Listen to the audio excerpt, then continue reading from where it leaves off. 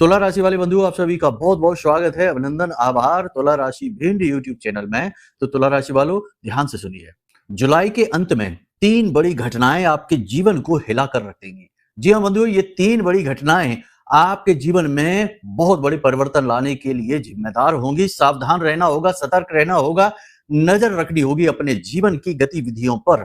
कहीं आपके जीवन की गाड़ी पटरी से ही ना उतर जाए और दूसरे ही ट्रैक पर ना चली जाए। जी हाँ, मुश्किलों, परेशानियों और तकलीफों की कोई कमी अभी भी नहीं है। आने वाले समय में ये तकलीफें बढ़ भी सकती हैं यदि आपने कार्यक्रम को पूरा नहीं देखा, अंत तक न देखा, सारी बातों को न समझा, तो 100% बहुत सारी चीजें ऐसी आपके जीवन में घटित होने वाली हैं जो आपको बहुत ज्यादा परेशान, विचलित और व्यथित करने वाली हैं। जी हाँ, कार्यक्रम को अंत तक देखिए। हम इस कार्यक्रम में आपको बता रहे हैं ग्रहों के होने वाले परिवर्तनों के परिणाम आपके जीवन में किस प्रकार से दिखेंगे। पॉजिटिव परिणाम दिख रहे हैं तो उनका पूरा लाभ आप कैसे ले पाएंगे, और यदि नेगेटिव परिणाम है तो उन नेगेटिव परिणामों को आप अनुकूल कैसे करेंगे, अपने अनुकूल उन्हें बदल कर उनका लाभ पूर्ण रूप से कैसे हासिल करेंगे। ये बातें सुनने में जरूर आपको सरल लग रही होंगी, लेकिन ये बहुत ही महत्वपूर्ण है। इन बातों को बिल्कुल भी हल्के में मत लेना, क्योंकि ये बातें जो आगे हम आपको बताने जा रहे हैं ये पूरे जीवन की दशा और दिशा पर प्रभाव डालने वाली हैं। सारी बातों को बारीकी के साथ समझिए। 5 बड़ी भविष्यवाणियों के बारे में बताएंगे जो आपको सतर्क करेंगी, गलत मार्ग पर जाने से रोकेंगी और अनिष्ट घटनाओं को बीच रास्ते से ही वापस लौटा देंगे, क्योंकि हम आपको देंगे सटीक समाधान भी। साथ ही कार्यक्रम के अंत में आपको बताएंगे एक ऐसा छोटा सा लेकिन बहुत ही शक्तिशाली उपाय, जिस उपाय को आपको आज अभी इसी वक्त से करना शुरू कर देना चाहिए। ये उपाय कोई ऐसा वैसा उपाय नहीं है, इसमें 3 क्रियाएं छिपी हुई हैं। इन 3 क्रियाओं को सही क्रम में, सही तरीके से करने से जीवन में अष्टलक्ष्मी का आगमन होता है, धन के सारे कष्ट समाप्त होते हैं, अलग अलग दिशाओं से, अलग अलग उपायों से जीवन में धन स्वयं प्रवेश कर जाता है। प्रयास चाहे भले ही कमजोर हो या ना भी हो, तब भी धन आएगा। जी हाँ, और सबसे बड़ी बात कि जीवन में जो अशांति फैली हुई है किसी न किसी रूप में, क्लेश है, तनाव है, अनजाने डर भय है, ये समाप्त हो जाएंगे। अब इतना सब कैसे होगा, ध्यान से समझिए। चीजें आपको निगेटिवली किस तरह से प्रभावित करती हैं, जब आपके आसपास नकारात्मक ऊर्जा का वातावरण बन जाता है, विषैली गैसों का वातावरण यदि आपके आसपास बन गया तो आपको घुटन होगी ही। तो अब यदि इन विषैली गैसों के वातावरण को हटा दिया जाए, यानी नेगेटिविटी को ही हटा दिया जाए, तो वातावरण स्वच्छ हो गया, घुटन समाप्त हो गई। और यदि इसमें भी आपके लिए शुभ चीजें यानी पॉजिटिव एनर्जी को आपके आसपास एकत्रित कर दिया जाए, तो जीवन एक नई ऊंचाई ग्रहण कर लेता है। जैसे कि यदि आपके आसपास जो शक्तिशाली गैस जैसे ऑक्सीजन है या प्राणवायु है, शुद्धतम जो वायु है, उसका संचार कर दिया जाए, तो आपके अंदर एक नई ऊर्जा का प्रसार हो जाएगा। उदाहरणों के माध्यम से या हर एक प्रयास से हम आपको केवल यही समझाने की कोशिश कर रहे हैं कि जो हम आपको बताने जा रहे हैं, इन बातों को गंभीरता से लेना, हल्के में मत लेना। आई गई बातें नहीं हैं, जीवन को प्रभावित करने वाली, जीवन में महापरिवर्तन लाने वाली बातें हैं। तो बस आपको करना इतना है कि पूरे ध्यान के साथ कार्यक्रम में अंत तक बने रहना है। हर एक बात आपके जीवन से ऐसे जुड़ी रहेगी जैसे कि आपके ही बारे में कही जा रही है, आपके अपने निजी जीवन के विषय में है।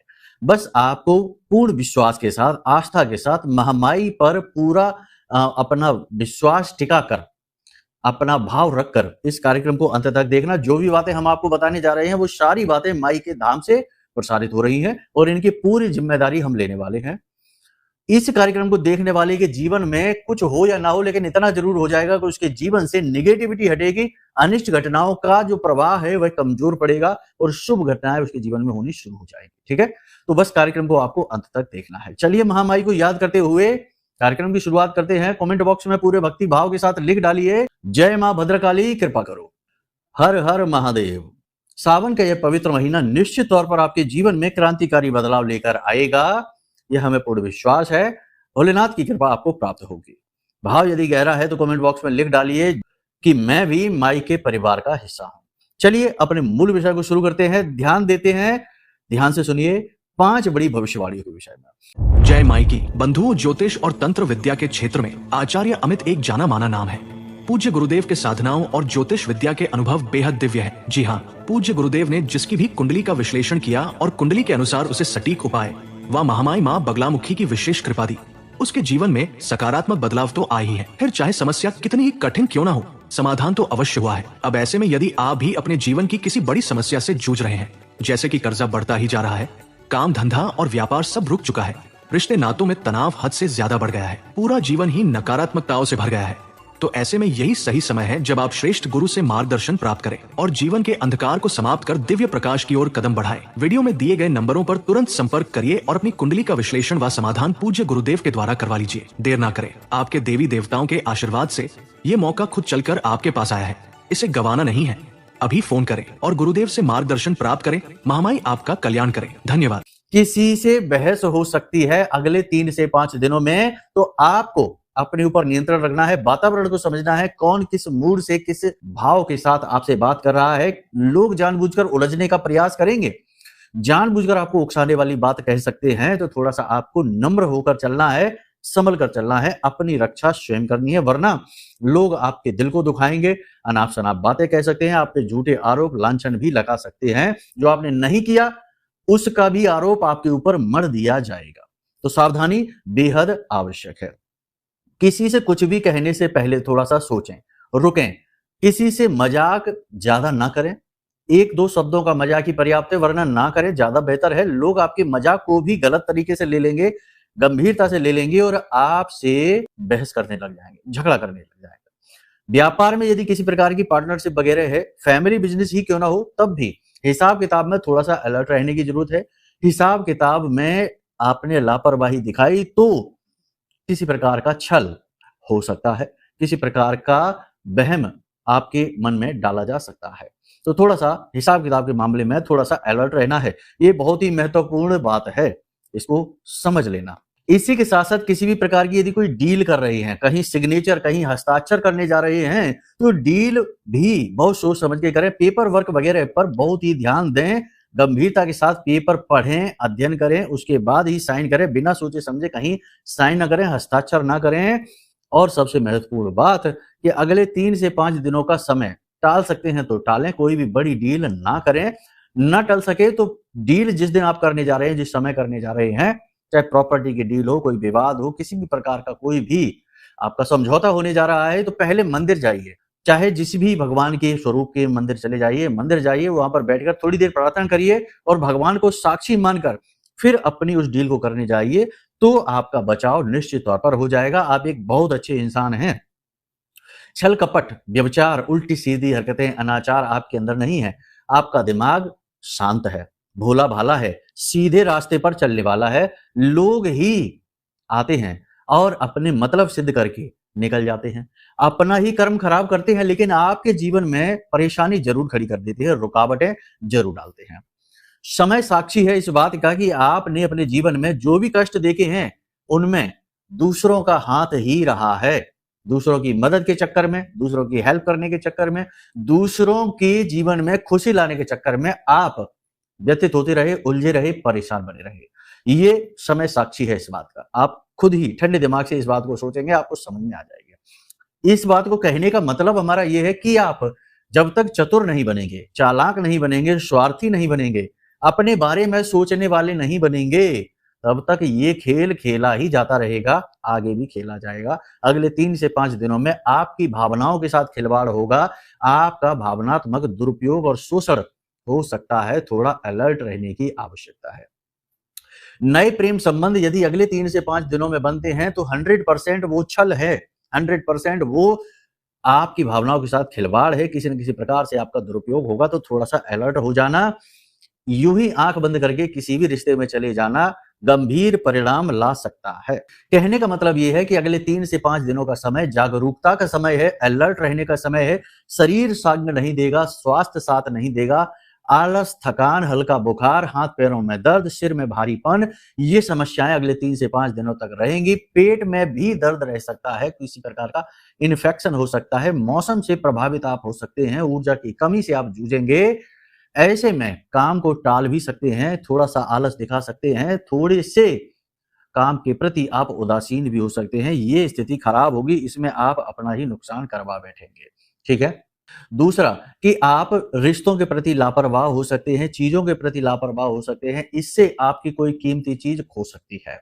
कोई कीमती सामान आपका टूट सकता है, खो सकता है, नुकसान आपका हो सकता है, तो थोड़ा-सा आपको अलर्ट रहने की आवश्यकता है। खास तौर से जेवर, ज्वेलरी, आभूषण को बचाकर, छिपाकर रखने की ज़रूरत है। ये चोरी भी हो सकती है, ठीक है? ये सारी बातें बहुत ही महत्वपूर्ण हैं और ये आपके जीवन में घटित हो सकती हैं। बिना किसी बात के, बिना मतलब में ही सब कुछ ठीक चल रहा होगा और अचानक से कोई एक ऐसी खबर आपको मिल सकती है जिससे आपके जीवन में बड़ी रुकावट आ जाएगी, मन खराब हो जाएगा आपका और आप व्यथित हो जाएँगे, टेंशन में आ जाएँगे, ठीक है? मानसिक सुकून की आप तलाश करेंगे, मन से आप थोड़े से थक चुके हैं, स्ट्रगल करते-करते, मेहनत करते-करते तो आप थोड़ा ब्रेक लेने की कोशिश करेंगे, आप ब्रेक लीजिए, बहुत ही अच्छी बात है। लेकिन ब्रेक लेने के समय भी आप कहीं ऐसा ना हो कि और ज़्यादा चिंता में डूब जाएँ और ज़्यादा डिप्रेशन में चले जाएँ, तो ब्रेक लेने का मतलब है कि ब्रेक ही लीजिए, समस्याओं को भी साइड में कर दीजिए। अगले 3 से 5 दिनों में आपके विरोधी, आपके शत्रु अति सक्रिय होंगे, आपको परेशान करने की कोशिश करेंगे और तंत्र-मंत्र आदि की क्रियाएँ भी, नज़र टोना टोटका भी आपके ऊपर प्रभावी रूप से हावी हो सकता है, तो थोड़ा आपको अलर्ट रहना होगा। खान-पान किसी के भी साथ, किसी के घर जाकर नहीं करना है। खान-पान यूँ ही चलते-फिरते नहीं, किसी के द्वारा दी गई चीज़ों को यूँ ही नहीं खा-पी लेना है और पूजा-पाठ अनुष्ठान में अपना मन लगाना है, धार्मिक कार्यों में डूबना है, कोई चालीसा, कोई कवच पाठ नित्य प्रतिदिन करना है और मंदिर हो सके तो प्रतिदिन जाना है। अगले 3 से 5 दिनों में यानी जब तक ये महीना चल रहा है, जुलाई का महीना, इसके अंत तक और अगले महीने की शुरुआत तक आपको मंदिर जाते रहना है और मंदिर में दान पात्र में 10-5 रुपए डालते रहना, यह बहुत ही आवश्यक है, अच्छी क्रिया है। यह आपके जीवन में कहीं न कहीं पॉजिटिविटी को लेकर आएगी। दाम्पत्य जीवन की यदि बात की जाए तो दाम्पत्य जीवन में भी थोड़ा बहुत खींचतान होगी, ज़्यादा नहीं। हल्की-सी किसी बात को लेकर बहस हो सकती है, थोड़ा बहुत मनमुटाव, तनाव होगा, लेकिन अंत में सब ठीक हो जाएगा। आपको अपने जीवन साथी को मन को समझकर व्यवहार करना होगा। हालाँकि आपको ऐसा लगेगा कि आपका जीवन साथी ही आपको नहीं समझ पा रहा है, आप कुछ कह रहे हैं, वह कोई और मतलब निकाल रहा है, लेकिन ये छोटी-सी बात है, इसको ज़्यादा गंभीरता से आपको नहीं लेना है। प्रेमियों का प्रेमी रिश्ता जो है, वह यदि गुपचुप है, तो उसके उजागर होने का डर है, बात खुल जाएगी, उजागर हो जाएगी, ठीक है? पॉजिटिव परिणाम भी आ सकते हैं इसके, नेगेटिव परिणाम भी आ सकते हैं, यह तो आपके वातावरण और आपकी परिस्थितियों पर निर्भर करेगा। इसके बारे में कुछ नहीं कहा जा सकता है, इसे आप देख लेना। जो रोजगार की तलाश में बैठे हैं, उन्हें अब इंतजार करना होगा। अगले 3 से 5 दिनों तक कोई भी रोजगार से जुड़ी खबर नहीं आएगी और जो लोग किसी बड़ी बीमारी से जूझ रहे हैं, उनका समय और भी ज़्यादा टेंशन वाला रह सकता है, बीमारी बढ़ सकती है, तनाव स्थिति बढ़ सकती है, शारीरिक कष्ट उनके बढ़ सकते हैं, तो थोड़ा-सा उनको स्वास्थ्य को लेकर सावधान रहना होगा। अपने जीवन में योग, प्राणायाम, अध्यात्म को ज़रूर शामिल करें और सबसे महत्वपूर्ण बात कि समय का सदुपयोग करें। अनुशासन के साथ रहें, समय से सोएं, समय से जागें, यह आपके लिए बेहद आवश्यक रहने वाला है। याद रखना कि समय मंगल के राशि परिवर्तन का है और शनि भी वक्री चल रहे हैं, दोनों को ही अनुशासन अत्यधिक प्रिय है और मंगल जब राशि परिवर्तन करेगा तो इसका आपके ऊपर एकदम से 2-3 तरीके से प्रभाव पड़ सकता है। हालाँकि आपको इस समय पर अपनी कुंडली दिखवा लेना बेहद आवश्यक है, यह ज़रूरी क्रिया है। लोग समझते नहीं हैं इन चीज़ों को और बाद में फिर पछताते हैं और जब बुरी तरीके से फँस जाते हैं, फिर अपनी कुंडली दिखाते हैं, लेकिन तब तक कुछ ख़ास फिर फ़र्क पड़ता नहीं है। जो बात बिगड़ गई उसको बनने में फिर समय लंबा लगता है। बेहतर यही है कि आप पहले कुंडली दिखा लीजिए, ख़ास तौर से जब हम जैसे लोग आपसे कह रहे हैं कि बड़ा राशि परिवर्तन है, ऐसे में मंगल की, शनि की, राहु की, बुध की, क्योंकि बुध भी अस्त चल रहे हैं, इन स्थितियों को देखना बेहद आवश्यक है। इनके अनुसार कुछ उपाय कुंडली के अनुसार यदि मिल जाए तो बहुत कुछ अच्छा हो सकता है। कर्जे में बहुत अधिक चल रहे हैं तो कर्जा मुक्त हो सकते हैं, टेंशनबाजी, झगड़ा, तनाव चल रहा है तो उससे भी आप मुक्त हो सकते हैं। कुल मिलाकर बहुत सारी चीजें बदल सकती हैं, लेकिन उसके लिए कुंडली दिखवाना बेहद आवश्यक है, ठीक है? बाकी फिर आपकी मर्जी है। अब यहाँ पर हम आपको बताएं कि यदि अचानक से आपको कहीं घाटा लग जाए, अचानक से दुर्घटना हो जाए, अचानक से बड़ा झगड़ा हो जाए, अचानक से आप बीमार हो जाएं या अचानक से आपको चोट लग जाए, तो इसका मतलब ये होगा कि मंगल का राशि परिवर्तन आपके लिए शुभ नहीं है। अब तो आपको मंगल को अनुकूल बनाना ही होगा। और ठीक इसके विपरीत यदि अचानक से आपको धन का आगमन हो जाए, कहीं से पैसा मिल जाए, अचानक से आपके जीवन में कोई बड़ी खुशखबरी आ जाए, अचानक से आपके मन में, आपके शरीर में ऊर्जा का प्रवाह तेज हो जाए और अचानक से आपको मदद करने वाले लोग आपके आसपास आ जाएं, शत्रु बाधाएं समाप्त हो जाएं या कम हो जाएं, अवसर आपके जीवन में आने लगे, तो समझ लेना मंगल का गोचर अच्छा है। अब इसका आपको लंबे समय तक लाभ लेना है। सबसे अच्छा मंगल को लाभ लेने का, यानी मंगल को अनुकूल बनाने का वैसे सर्वश्रेष्ठ उपाय, वैसे तो बहुत सारे उपाय हैं, सर्वश्रेष्ठ उपाय यह है कि आप 2 कार्य करिए। आने वाले मंगलवार से आप संकल्प लेकर 8 मंगलवार लगातार हनुमान जी को चोला चढ़ाने का कार्य शुरू कर दीजिए। हनुमान जी को चोला किस प्रकार चढ़ाते हैं, शायद बहुत से लोगों ने तो इसके बारे में पहली बार सुना होगा या बहुत से लोग जानते भी होंगे। फिर भी आजकल जो फॉर्मेलिटी वाला चोला चढ़ता है ना, कि गए मंदिर में और पैकेट खरीदा चोले का और मंदिर में जाकर पुजारी जी को दे दिया, पुजारी जी ने उठाकर एक तरफ रख दिया, चढ़ गया चोला। ये कोई चोला चढ़ाना हुआ? इसको चोला चढ़ाना थोड़े ही कहते हैं, ये तो फॉर्मेलिटी हो गई, एक नौटंकी है। इस तरह नहीं, चोला चढ़ाना मतलब आपका अपना निजी प्रयास। कोई ऐसा मंदिर देखिए जिसमें कि जो छोटा सा मंदिर हो, वहां ज्यादा भीड़ भड़ाका शोर शराबा ना हो, शांति हो और मंदिर की मूर्ति को आप स्पर्श कर सकें, ठीक है ना। उस मंदिर में जाइए और वहां हनुमान जी को अपने हाथों से चोला चढ़ाइए। जो पुराना सिंदूर है उसे स्वच्छ करिए, साफ करिए विधिवत तरीके से और नए सिंदूर का लेपन करिए और उसके बाद वस्त्र आदि, जनेऊ, पान का बीड़ा और सारी सामग्री उनको समर्पित करिए। फिर वहीं पर बैठकर 11 हनुमान चालीसा का पाठ और 1 बजरंग बाण का पाठ करिए। 8 मंगलवार आपने यदि ये कर लिया तो आपका मंगल बहुत शुभ फल देने वाला हो जाएगा, ठीक है। पहला ये। दूसरा ये कि इसी कार्य को जब आप करें, ठीक है ना, तो आप 2 केले शहद में इधर और इधर दोनों तरफ से डुबा दीजिए।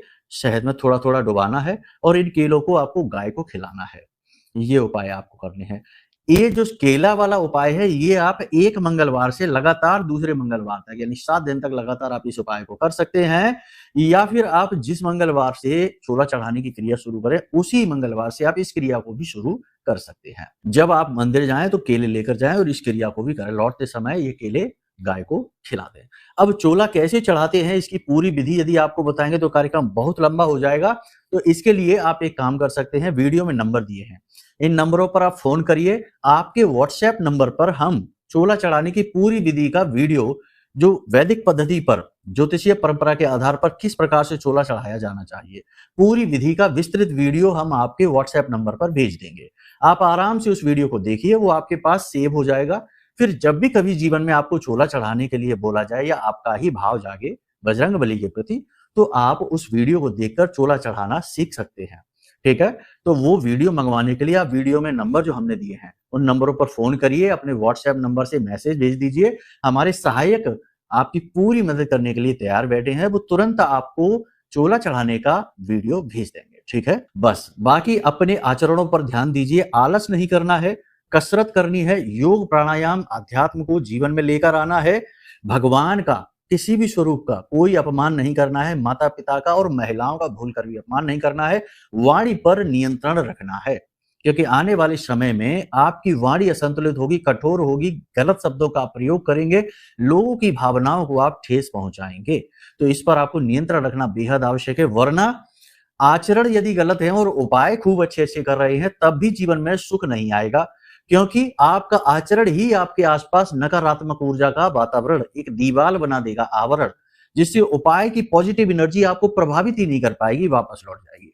आपने देखा होगा बहुत से लोग खूब पूजा करते हैं, मंदिर जाते हैं और भगवान का खूब अच्छे से साज श्रृंगार करते हैं, भाव भी रखते हैं, लेकिन दूसरे लोगों के प्रति उनकी भाषा शैली बहुत कठोर है, बहुत ही गंदी तरीके से लोगों से बोलते हैं और बहुत ही अभिमानी हैं, दूसरों को नीचा समझते हैं।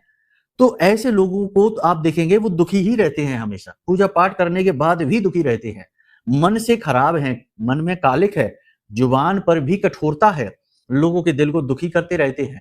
और फिर आप करते रहिए पूजा पाठ, अनुष्ठान, उपाय, क्रियाएं, कुछ होने वाला नहीं है।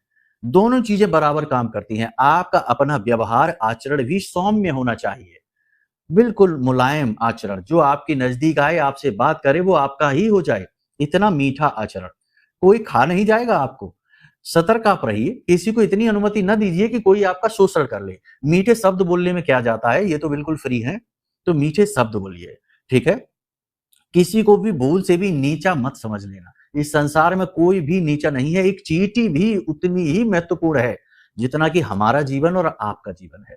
ठीक है, तो कोई भी नीचा नहीं, कोई भी ऊंचा नहीं, कोई भी राजा नहीं, कोई भी भिखारी नहीं। यहाँ सब उस ब्रह्म के ही अलग अलग रूप हैं। जिस ब्रह्म को हम मंदिर में जा रहे हैं, पूज रहे हैं, भोलेनाथ पर जल समर्पित कर रहे हैं, उसी भोले के सब स्वरूप हैं। तो भूल से भी, गलती से भी ऐसी भाव यदि मन में आ जाए तो भगवान से क्षमा कान पकड़कर मांग लीजिए और उसके बाद फिर से अपने सौम्य आचरण में आ जाइए। हम जानते हैं माया के वशीभूत होकर, माया बहुत ही कठोर है, तो ये कभी कभी ऐसा हो जाता है, आचरण दुर्व्यवहार हो जाता है, लेकिन उसके लिए क्षमा मांग लीजिए, प्रायश्चित कर लीजिए, गाय को भोजन करा लीजिए, जिसके प्रति गलत व्यवहार हुआ है उससे क्षमा मांग लीजिए, चीजें बराबर हो जाती हैं। ठीक है, तो बस इस भाव के साथ आप रहिए। समय बहुत अच्छा आ रहा है, उपाय फलित होंगे, क्रियाएं फलित होंगी, मेहनत का फल मिलेगा, तरक्की होगी। ठीक है, तो चलिए बंधु, अब यदि कोई प्रश्न मन में उठे या कुंडली का विश्लेषण कराना हो, जो हम बार बार कहते हैं बहुत महत्वपूर्ण है, तो वीडियो में नंबर दिए गए, इन नंबरों पर फोन करिए, सहायकों से बात करिए। हम आपकी कुंडली का श्रेष्ठतम आकलन करके आपको दे देंगे और कुंडली के अनुसार उपाय दे देंगे, आपका उद्धार हो जाएगा। फिर तो कुछ बचा ही नहीं करने के लिए, है ना। तो चलिए बंधु, कार्यक्रम को यही विराम देते हैं। हमेशा हंसते रहिए, मुस्कुराते रहिए, सकारात्मक रहिए, महामाई पर अपनी आस्था और विश्वास बनाकर रखिए, क्योंकि आपका उद्धार तो वहीं से होना है। तो प्रेम से बोलिए जय माई की।